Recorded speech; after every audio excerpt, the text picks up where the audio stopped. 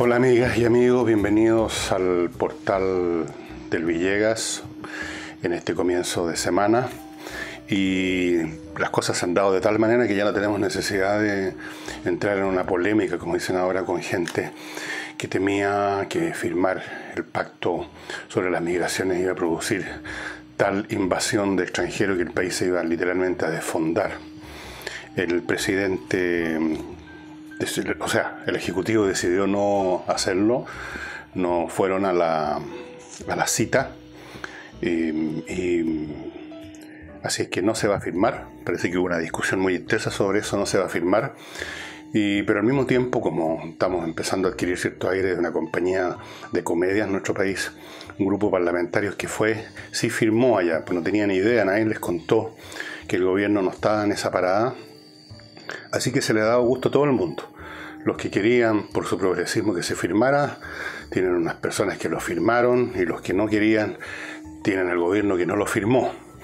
Y como ustedes recordarán, yo jamás estuve en la tesis de que quería que se firmara. Mi tesis era, y sigue siendo, que el asunto no iba a cambiar mucho las cosas, que no iba a producir mayores efectos, que era básicamente irrelevante, que estos convenios mundiales que se firman con mucha prosopopeya diplomática, al final de cuentas la administración de las cosas queda en manos del Estado, y si el Estado decide hacerlo de una manera o de otra, no hay ninguna fuerza pública que lo pueda obligar, y hemos visto el ejemplo. Ya vamos a hablar de eso con el tema del medio ambiente, que se han firmado no sé cuántos acuerdos y todo queda en la palabrería. Ahora ni siquiera eso, como ya veremos. Yo dije que era irrelevante, así que así como consideraba irrelevante en términos generales que se firmara, considero irrelevante que no se firme, por la misma razón. El fenómeno migratorio no es una cuestión de derecho, no es una cuestión de gusto, no es una cuestión de política de un determinado país, es un fenómeno simplemente demográfico a nivel mundial que las Naciones Unidas pretendía regular y lo conceptualizó de distintas formas, etc. Y de eso se trataba el asunto. El fenómeno no va a desaparecer porque no se firme, ni va a aparecer o hacerse más fuerte porque se firme. El fenómeno tiene otro origen.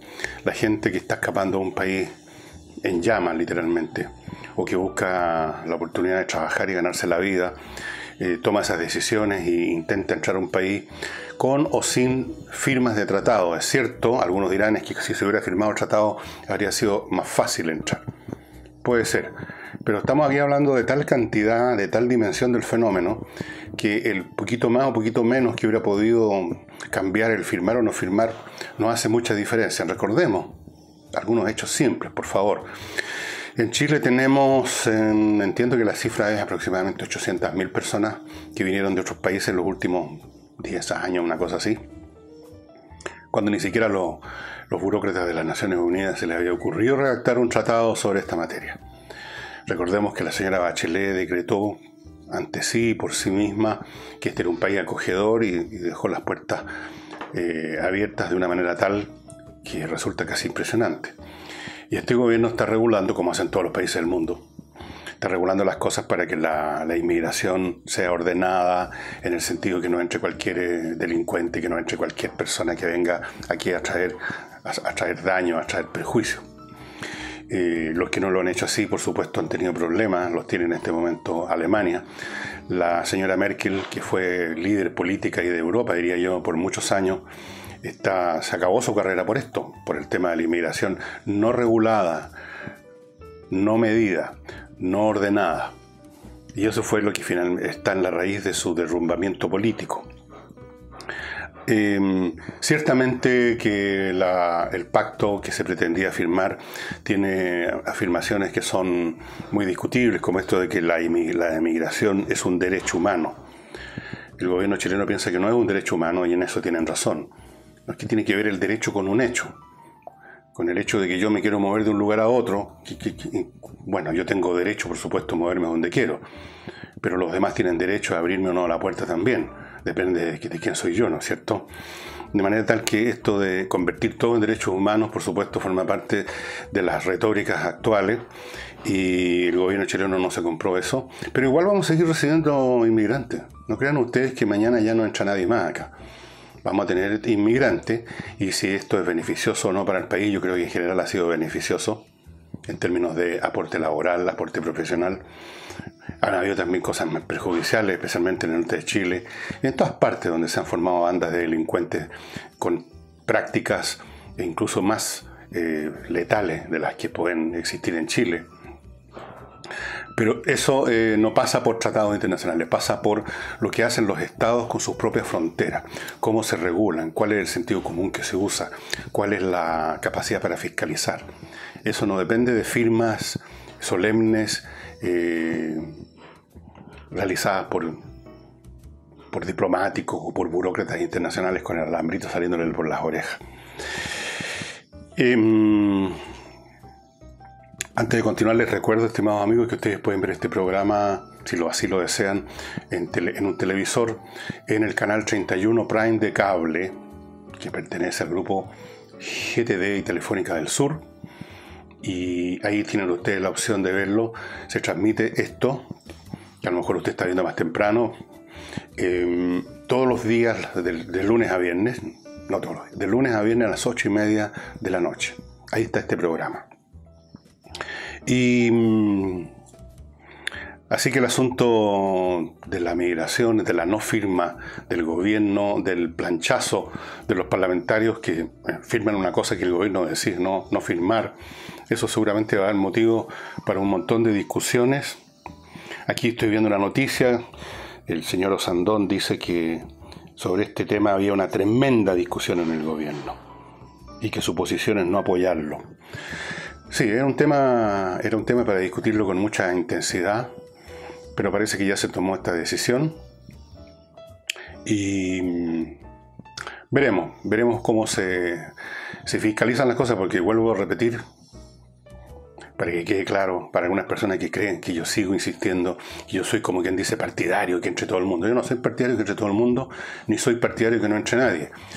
Simplemente me gusta analizar y observé que firmar o no firmar este pacto es bastante irrelevante, porque finalmente todo depende de cómo se administre, cómo el Estado administre su frontera. Ningún pacto firmado, por muchas incluso que hubiera algunas especificaciones respecto a facilitar la entrada, ningún pacto de ese tipo le habría prohibido al gobierno chileno, si así fuera su voluntad, poner filtro. Y ninguna no firma le impide a un gobierno chileno, eventualmente del mañana, que tenga otra concepción de las cosas, el dejar entrar a todo el mundo. Así que todo depende, como en materias de limítrofes, lo he dicho siempre cuando estábamos con la discusión del tema del diferendo con Bolivia, y siempre he insistido desde hace mucho tiempo que finalmente las cosas dependen de lo que decida el Estado, nosotros, y no lo que decidan otros, ni tratados internacionales, ni pacto, ni corte, ni ninguna cosa.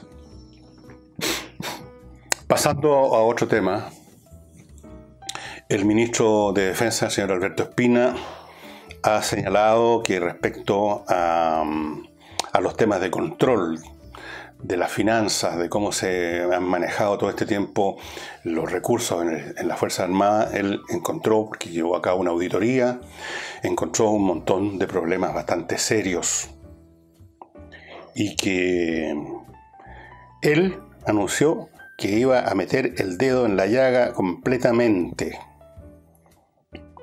O sea, tenemos una llaga acá. Eso es lo que nos está diciendo Espina. Y no me extrañaría que hubiera una llaga, porque en cualquier institución, incluyendo las instituciones armadas, cuando circula mucho dinero, muchos recursos, empiezan las cosas a descomponerse, a veces mucho y a veces un poco, pero se descomponen. Lo hemos visto en todas las instituciones del Estado.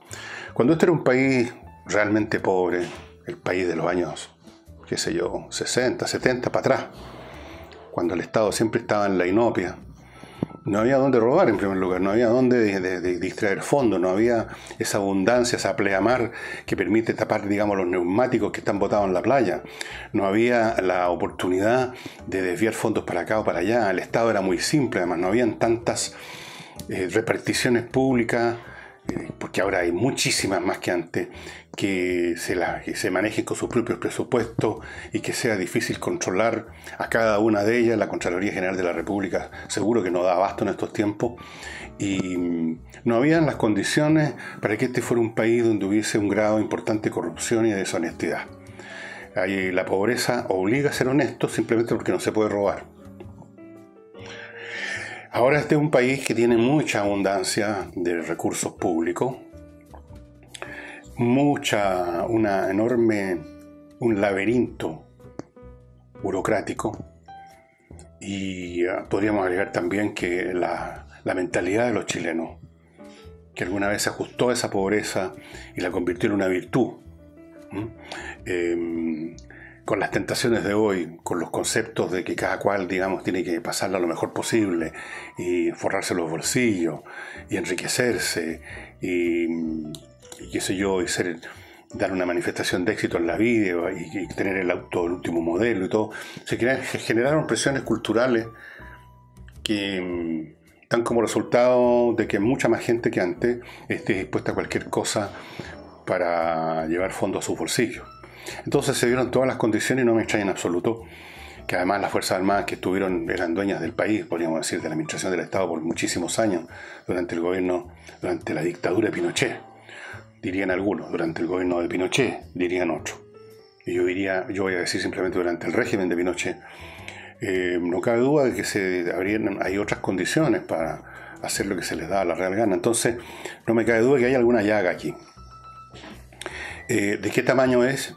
Yo me imagino que no es tan grande, pero allí donde está involucra mucha plata, porque los recursos de las Fuerzas Armadas son grandes, son muy grandes. Acuérdense ustedes que involucran incluso un porcentaje de los ingresos brutos del cobre. Entonces hay mucho dinero, y aunque sean pocos los que han metido mano, y aquí estoy incluyendo a Carabineros, el efecto ha sido muy, muy notorio, muy escandaloso, para perjuicio, para indignación, para tristeza y para desmoralización del resto del personal de las Fuerzas Armadas, lo cual es muy serio. Bueno, va a meter entonces el dedo en la llaga y se van a tratar una serie de cosas. Se está hablando ya del tema de la jubilación de las Fuerzas Armadas. No sé si ustedes saben, pero los oficiales se pueden jubilar a los 50 años. O sea, se jubilan a los 50 años. Lo cual parece un poquitito exagerado, ¿no? Una verdadera locura. Así que entiendo que el gobierno de Piñera está planteando la posibilidad de alargar la carrera funcionaria, llamémoslo así, de las Fuerzas Armadas. Fuera de eso, a mí me parece que no tiene mucho sentido que un oficial que ha llegado a los 50 años de edad, no estoy hablando de 50 años de servicio, de edad, y que tiene una experiencia, esa experiencia sea perdida por las Fuerzas Armadas porque el hombre se va a cambiar. No me parece muy eficiente, no tiene mucho sentido hoy en día cuando la gente llega a avanzada edad como yo mismo y puede seguir trabajando perfectamente. Hoy día ya no estamos en esa época en que nosotros veíamos a la gente de 40 o 50 años como unos ancianos vetustos. Así es que vamos a ver qué se puede hacer al respecto. Yo creo que ahí hay que meter manos, que hay que realmente poner ese dedo en esa llaga. Y ojalá que no sea demasiado grande, pero ahí está, de todas maneras. Y vamos a ver si Espina tiene la fuerza suficiente para hacerlo. Y yo espero que sí. Yo espero que no solo tenga la fuerza suficiente, sino que va a contar con apoyo de las propias Fuerzas Armadas, porque me hago la impresión que el grado de, no sé si llamarlo corrupción, pero el grado de irregularidades que se han dado en ese ámbito de las instituciones del país no es tan masivo como en otras partes y por lo tanto tiene arreglo desde adentro. Y antes de continuar, les recuerdo, amigos, Eternal Love, la tienda especializada en joyas finas, obviamente hechas con metales preciosos, pero además con diseños muy especiales. Las joyas incluyen los anillos de compromiso, matrimoniales, todas esas cosas, y son muy bonitos. Los diseños hay que ir a verlos. Esta tienda está en el Mall Plaza Los Dominicos y les ofrece a usted la oportunidad de comprar estas preciosas joyas a un precio duty free, es decir, con un 20% de descuento. Esta empresa se inició en el duty free de Iquique y se instalaron ahora en Santiago y están trayendo como una oportunidad para el público de la ciudad este descuento.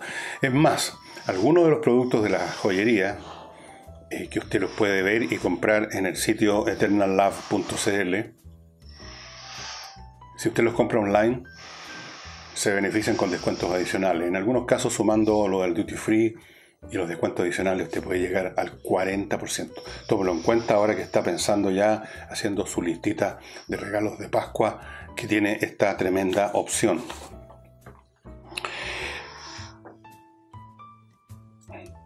El tema de estos alumnos que no se resistieron a leer un libro del señor Lemebel ha ido creciendo su buen poco, no vamos a decir que es trascendental, pero es bien interesante seguirlo porque señala otra manifestación más de los climas ideológicos, mentales y culturales que están prevaleciendo en nuestro país, de la lucha ideológica, podríamos decir, que se está produciendo en forma a veces abierta y a veces tácita. Hay un investigador del Centro de Justicia Educacional, don Ernesto Treviño, al cual se consultó en la prensa, y que señaló que era mucho mejor, por supuesto, que los alumnos escojan, pero no habría que rechazar un determinado libro por las características del autor, que en este caso, como todos saben, Lemebel era homosexual, que no era cuestión de rechazarlo, que el día de mañana lo van a rechazar a alguien por ser mujer, por ser negro, etc. Bueno, ahí ya el argumento se me empieza a derrumbar, porque yo no he sabido en ningún caso que se eche abajo un escritor en Chile, una obra de un escritor porque sea mujer, por ejemplo. Aquí nadie ha rechazado leer a María Luisa Bombal, que yo sepa, o a Marcela Paz, o a Gabriela Mistral. Las tres personas en cuestión son mujeres, ¿no es cierto?, del género femenino. Tampoco conozco ni recuerdo ningún autor negro que haya sido recomendado o puesto en una lista de libros y que haya sido rechazado por los alumnos por ser negro. En primer lugar, quisiera saber cuál autor negro se estarían refiriendo. Así que los ejemplos tienen que ser buenos, no tienen que ir al meollo del asunto, tienen que tener sentido. Cuando son irrelevantes, echan a perder el argumento. Así es que por ahí tampoco el tema de la homosexualidad en sí misma, y aquí hay otro error creo yo, del señor Treviño, porque él mencionó como ejemplo que el día de mañana los alumnos iban a rechazar leer a Federico García Lorca, el poeta español, que era homosexual, o a Oscar Wilde, que era homosexual. Hagamos una diferencia entre los escritos de Oscar Wilde, de Federico García Lorca y los de Lemebel. En los escritos, aparte de la diferencia abismal de calidad y de importancia literaria entre unos y otros, ni Federico García Lorca ni Oscar Wilde hicieron de la homosexualidad un tema de su obra.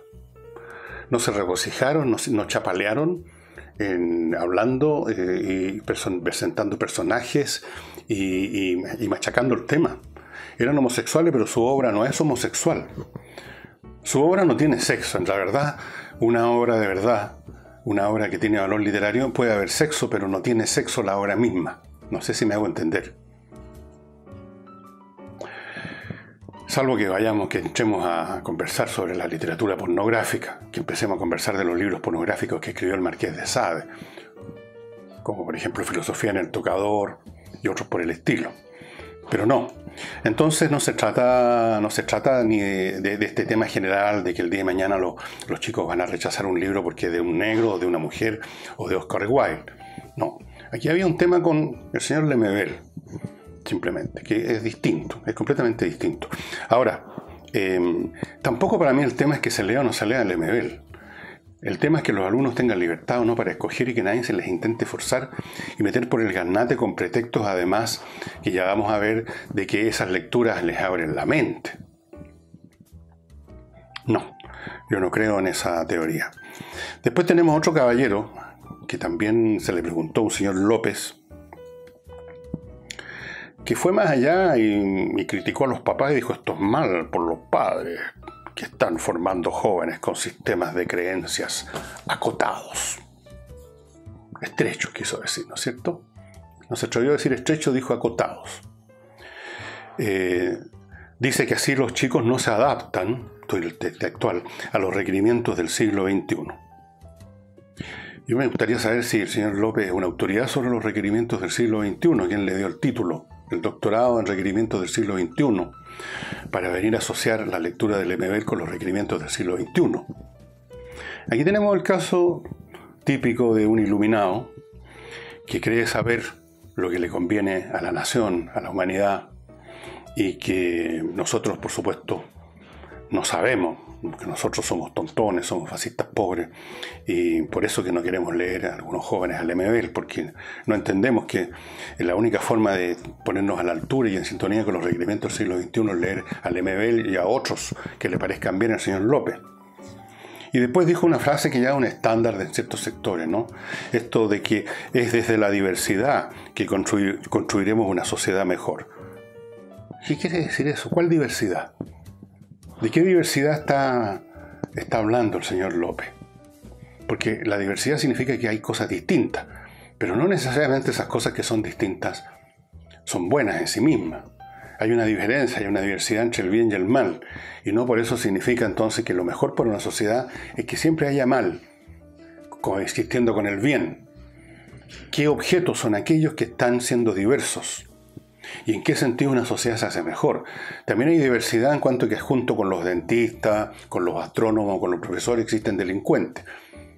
Los delincuentes son otra actividad profesional, llamémosla así, que se agrega a las anteriores y por lo tanto agrega a la diversidad, agrega al enriquecimiento de una sociedad mejor. Es una frase tonta eso de la diversidad que en sí misma produce una sociedad mejor. ¿Mejor en qué? Tampoco lo define el señor López.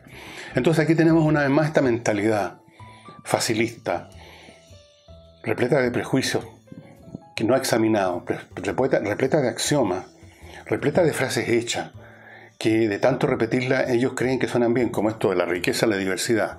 Ustedes la han escuchado, la escuchan hoy, la van a escuchar mañana, en toda clase de ámbitos. Cuando alguien no tiene una idea concreta, específica, inteligente, dice que hay que el enriquecimiento de la diversidad. Nunca explican a qué se refieren con diversidad. ¿A que hay una mezcolanza de toda clase de cosas? Eso no necesariamente enriquece nada. Hay una cierta diversidad que es equivalente al desorden, a la confusión, a la incoherencia. Hay una cierta diversidad que consiste en la coexistencia de cosas malas con las buenas. Esa diversidad no es muy buena. Entonces, esta sensación de que un país es mejor mientras más quiltro es, mientras más se mezcla de todo, es una concepción ideológica muy, pero muy discutible. Aquí no se trata de estar promoviendo una sociedad regimentada, uniformada, en que todos piensen igual, que sería el caso de una sociedad comunista, precisamente. No. Pero tampoco nos vayamos al otro extremo de pensar que toda diversidad es buena per se. Una cosa, señor López, es ser tolerante con quienes son distintos a nosotros en sus gustos, sus conductas sexuales, etc. Y la tolerancia, entre paréntesis, para mí, la verdadera tolerancia es equivalente a la indiferencia. Cuando uno ya ni siquiera le importa el tema, cuando uno no tiene que estar haciendo un esfuerzo de tolerancia, es cuando realmente hay tolerancia. Pero la tolerancia es una cosa, decir que la tolerancia es buena, es una cosa, y que la diversidad enriquece o mejora una nación es otra. Además, también hay que examinar a qué tolerancia nos referimos. Porque yo no soy tolerante con un tipo que está arrojando basura en la calle, no soy tolerante, ni nadie debiera hacerlo con un criminal, no soy tolerante con los flojos y con los sinvergüenza. ¿Por qué habría que uno ser tolerante así en general? Todas estas cosas tienen que ser, ya que les gusta la palabra acotado, tienen que ser acotadas conforme a razón, y no simplemente lanzando estas vagaradas de frases hechas que no significan nada. En lo concreto, en el caso esto de la lectura del libro Lemebel, el único principio que vale es que los jóvenes, los niños, tienen que leer a los mejores autores, además. Y tienen que tener libertad para elegirlo. Y el señor Lemebel no está entre los mejores autores.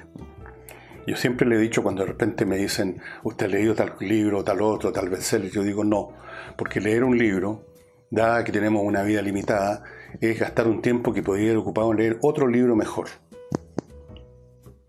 Y creo que hay libros hay una lista inmensa de autores chilenos. Ni siquiera voy a hablar de los autores de todo el mundo, de todos los tiempos. Autores chilenos que son mucho más interesantes y mucho más sustantivos que el señor Lemebel.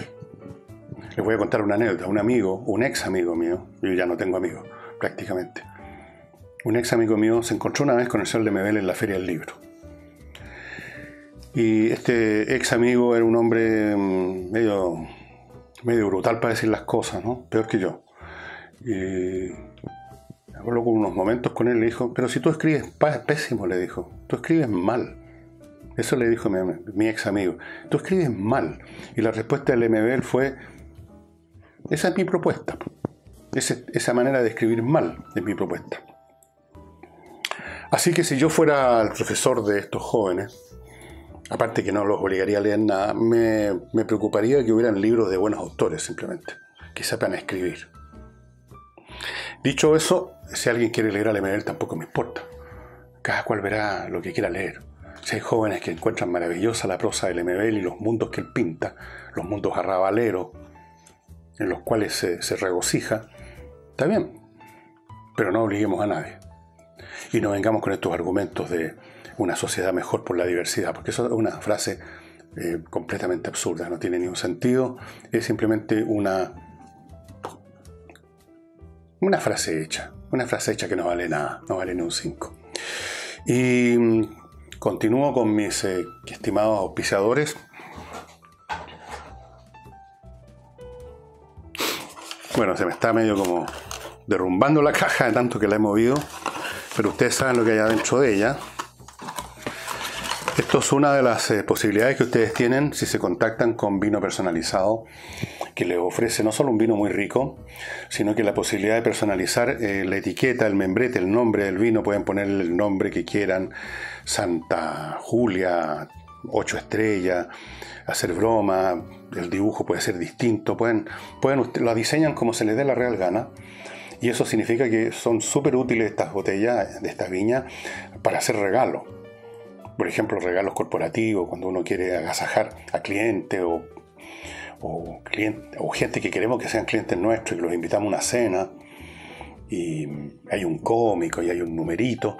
Y tenerles una botella cada uno con el nombre, San Fernando, San Eugenio, San Emilio, es una muy buena idea, es entretenido. Es un vino muy rico además. No por nada hicieron ya un reportaje en un canal del cable de Estados Unidos sobre viñas chilenas y usaron la viña del vino personalizado para hacer su reportaje, y no será por casualidad. Es un vino muy rico y en esta caja, además de venir 2 botellas, porque son 2, viene un manual que se los he mostrado, pero yo no puedo estar seguro que lo hayan visto con cuidado, que es un manual para que usted inicie su propio viñedo, su propia viña. Aquí está todo explicado desde la plantación de la viña hasta el riego, la cosecha, el cuidado, el mantenimiento, luego cómo se empieza a preparar el vino, toda la vinificación que se llama, todo el proceso con dibujos, con ejemplos. Yo creo que para una persona que tiene una parcelita, que tiene unas viñitas por ahí o que puede plantar unas viñas, puede ser una actividad paralela muy retribuidora en términos de satisfacción personal. Aunque a lo mejor cosecha al final una botella nomás, no importa, su vino. Una muy buena idea, creo yo. Así que pónganse en contacto con Vino Personalizado. Ustedes pueden encargar estas cajas o las botellas que tienen ellos de una, o botellas normales, también con el nombre que ustedes quieran, con el diseño que ustedes quieran, se las van a llegar a la dirección y no son de precios inaccesibles ni mucho menos. Pónganse en contacto con Vino Personalizado, ahí están los datos, y háganle un bonito regalo a alguien esta Pascua con estos vinos. Y continuando rápidamente, Piñera retiró el grupo de operaciones especiales Carabineros, el GOPE. Bueno, no sé si es grupo de operaciones especiales, pero el GOPE. Lo retiró de la Araucanía, dejando a mucha gente muy descontenta. Parece otro gesto de rendición del Estado chileno ante la acción de la CAM. No veo qué otra interpretación pueda dársele. Naturalmente el gobierno le va a dar otra interpretación. Va a decir que es un gesto, que es una señal, de que esto, que lo otro. y que vuelve a repetirse lo mismo, que no voy a repetir el argumento que he hecho acá, de que hay que tomar de una vez por todas una decisión, o este camino o el otro, o el camino de eliminar judicialmente a la CAM y sacarla de circulación, pero eso va a implicar lo que ustedes saben. Así que probablemente ese camino no va a ser seguido, no hay agua para esa piscina. El otro camino es llegar a un trato. Esos son los caminos que llevan a alguna conclusión. El camino actual de no tomar ninguna medida, o hacer esto de sacar o poner grupo, de repente va un comando jungla, de repente sale el golpe, de repente entran, de repente nuevas mesas, nuevos diálogos con gente que no representa a nadie, con eso no se llega a ninguna parte, y la Araucanía sigue ahí a fuego lento, a baño María, pobre, sin inversiones, con la gente que se está yendo. Pero ya, no podemos hacer nada, yo no puedo estar en todo. Y dos cosas más breves antes de terminar el programa. Jaime de Aguirre, que salió como director ejecutivo, renunció, hizo una larga entrevista en la prensa y dijo que salió por presiones del gobierno, obvio, y que esto de que el gobierno quiera poder que los gobiernos puedan remover o no a los directores va contra el principio mismo de una televisión autónoma e independiente. Todo eso suena muy bien, pero quisiera saber en qué sentido Televisión Nacional es autónoma e independiente. Yo creo que depende bastante de los gobiernos de turno o de los estados anímicos de las ondas ideológicas prevalecientes. Yo no veo en qué es independiente en este momento Televisión Nacional. Yo no veo, independencia significa no casarse con ninguna postura, y yo creo que Televisión Nacional, en aquellos programas que manifiestan postura, ya sea programas especiales de documentales sobre el pasado, sobre el presente, o en la labor diaria del departamento de prensa, no veo que sea muy independiente. Yo veo ahí gente que en su inmensa mayoría, no sé si todos, pero en su inmensa mayoría son gente que está en sintonía con el discurso políticamente correcto, con el progresismo. Uno los ve, uno los escucha, o ustedes, pues yo no, pero me dicen y me cuentan, y además conozco a algunos de ellos y sé que quilates pesan, y yo no veo en qué es independiente y autónoma la televisión pública. Aquí el tema de la televisión simplemente es definir de una vez por todas si tiene sentido tener o no una televisión nacional pública, que en realidad lo único que tiene de público es que es el público el que tiene que pagar las deudas, porque en todo lo demás esta televisión no cumple ninguna función diferente a cualquier otro canal privado. Ninguna. Vive una contradicción. Por un lado se supone que tiene que ser algo que nunca se define bien, que es como de interés público. Por otro lado tiene que estar preocupada del rating, y para eso tiene que sacar programas chanta para satisfacer a los chantas y tener rating. Digamos las cosas por su nombre. Programáticamente entonces vive en un dilema, porque si hace una televisión un poquitito más de mayor calidad, suponen ellos que van a perder el rating. Probablemente así sería también. Entonces, si pierden el rating, pierden más las finanzas. Entonces, ¿qué es lo que es esto? Tiene que entonces financieramente manejarse a sí misma como una empresa privada que tiene que buscar números azules. Pero por otro lado se supone que tiene una vocación pública. Pero por otro lado no tiene una vocación pública tampoco en los programas ni en el tipo de ideologías que están permanentemente siendo expresadas en ese canal. Entonces es un enredo muy grande y sería bueno repensar esto desde el comienzo. Yo no me interesa una televisión pública que cada ciertos años le pida al público que le pague la deuda. Como estos 40 o 50 millones de dólares que hubo que echar a ese barril sin fondo para mantener pagando a los rostros, etcétera, que son bastante caros.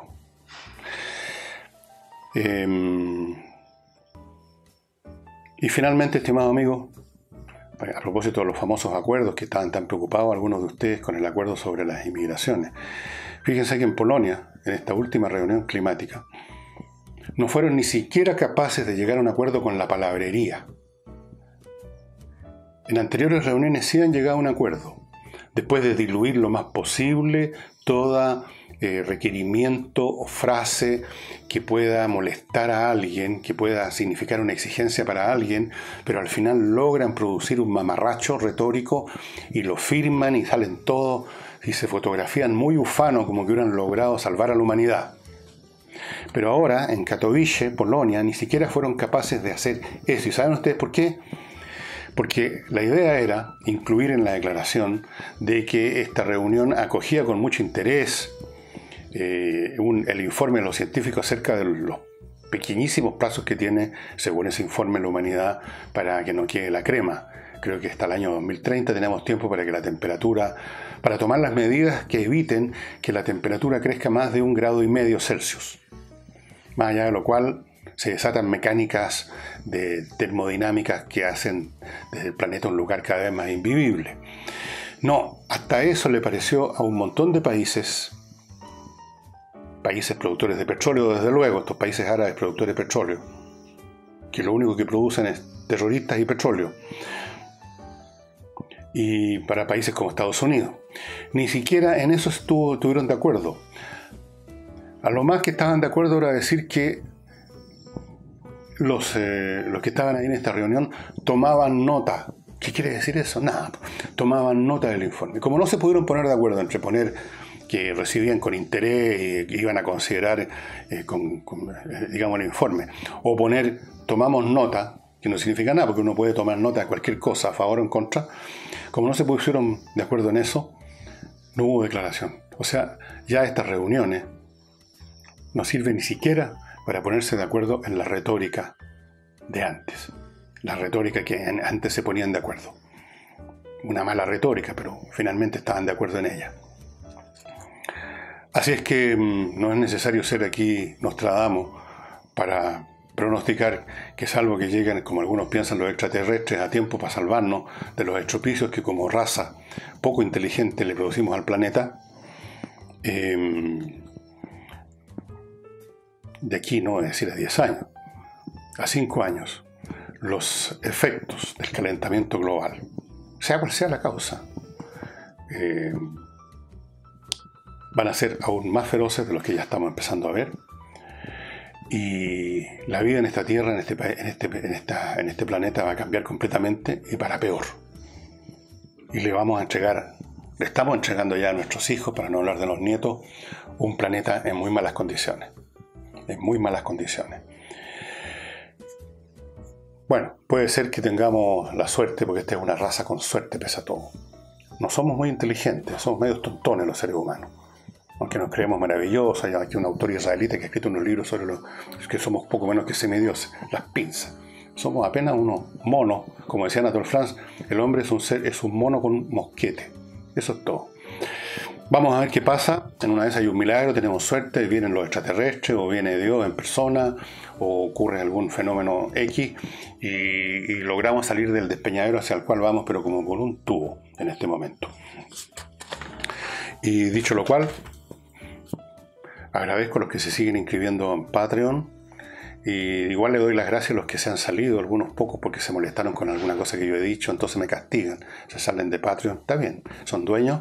Este programa funciona básicamente gracias a eso. Y por supuesto los avisos también ayudan, pero básicamente es Patreon, así es que les agradezco mucho eso. Y bueno, vamos a ver qué pasa mañana con el tema migratorio, porque aquí va a haber algún revoluti entre los que, para explicarnos cómo fue posible que el gobierno tome una decisión y no le comunica a unos parlamentarios que estaban allá lejos, firmando junto con otros 150 países que aprobaron el Pacto Migratorio Mundial de las Naciones Unidas. Será hasta mañana. Muchas gracias.